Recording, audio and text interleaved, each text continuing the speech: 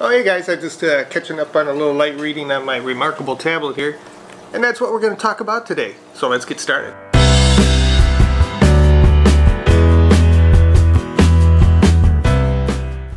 Hey YouTube, how the heck you doing? I'm doing great and I hope you are too. I'm going to go over the little reMarkable tablet that I've been playing around with and tell you a few things that I've liked and disliked about it.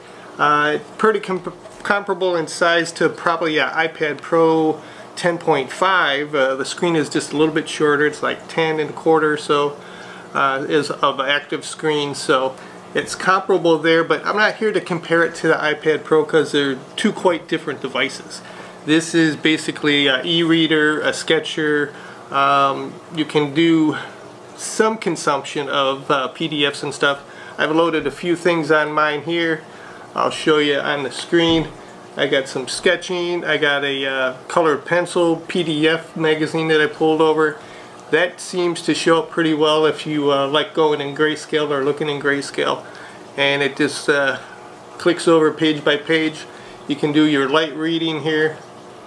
So if you have PDFs, whether they're intensive with graphics or just light text, it's very easy to read no matter the lighting.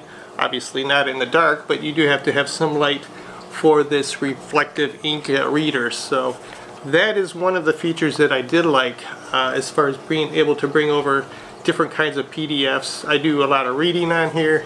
I got a few novels that I brought over, EPUBs. So I do that a lot of times. Sometimes it takes a little while for it to load up. You see that little square? It's got 3 little dots going across, trying to load up the latest novel that I was reading. So I've liked that a lot.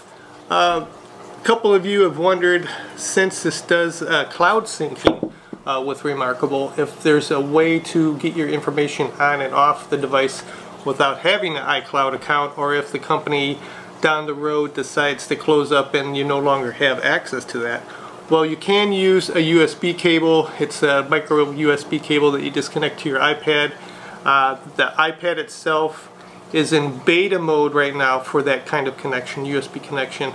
But basically what you do is open a browser on your laptop or desktop, whatever it may be, and go to a 10.10 IP address. It tells you on the iPad itself what it is to go to, and you're able to see basically your device as far as what files, and you can do a drag and drop on that. So I played around with that. Actually, the color pencil magazine I showed you earlier on the tablet, I did a drag and drop on it. It took less than a couple seconds for it to get over to it, and I was able to bring it in. And I noticed on my iPhone, when I pulled up the reMarkable app on there, it was able to sync it up to the cloud within a matter of minutes or so too. So it all synced into the cloud. But as I was saying, you do not have to have the cloud account, or if at some point it does go away and you don't have that capability to sync up that way anymore, you still have your USB connection either to your laptop or your desktop.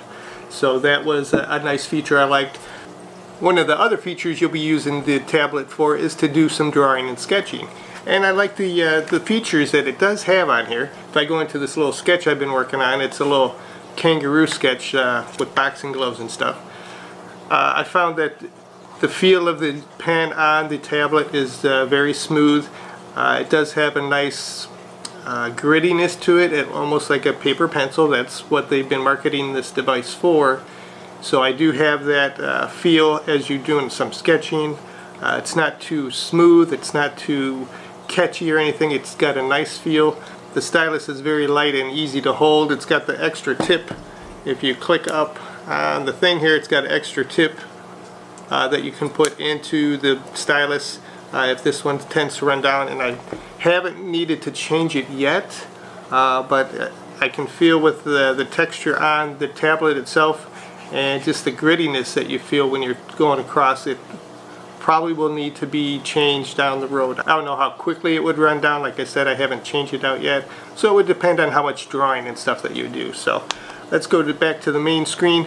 You do have some options of templates if you like to play around with templates. I have a graphics one. I don't know if you can see that on there.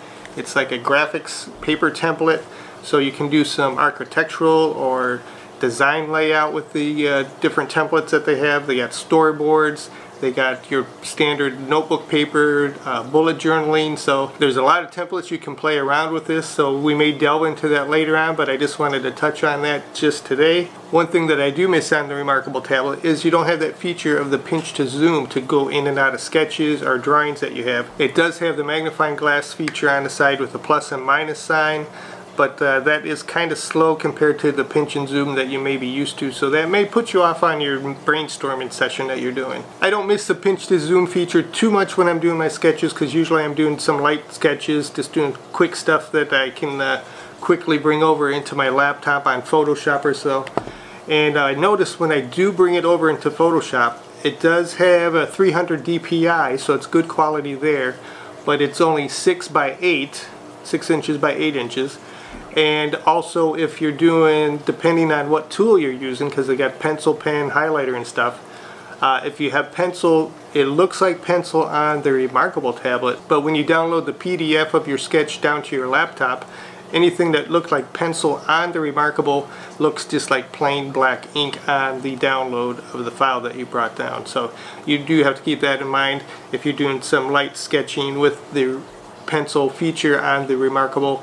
It's going to look just like black marker or line drawings when you bring it over to your laptop. So that's one thing I missed, is because it looks really nice when you're doing the sketching on here. You got the nice little pencil look. So that's one thing that I would have liked to see them do. Maybe in a future update they'll be able to do that, but for now that's not seen in the downloads that I was able to do. So I've enjoyed using my reMarkable tablet. Like I said, I do some sketching, note-taking, read some EPUBs on there, novels, and even bring over a PDF of a magazine to page through and look through and read. So it's been a lot of fun. There's a lot of features that I'm still learning about. The templates I just learned the other day as far as the graphics paper and stuff. And like I said, there's other ones that you can bring in. So that's some other features I'll probably go over down the road. Tablet wise and price wise, currently this one is running $5.99 with the ordering that they have.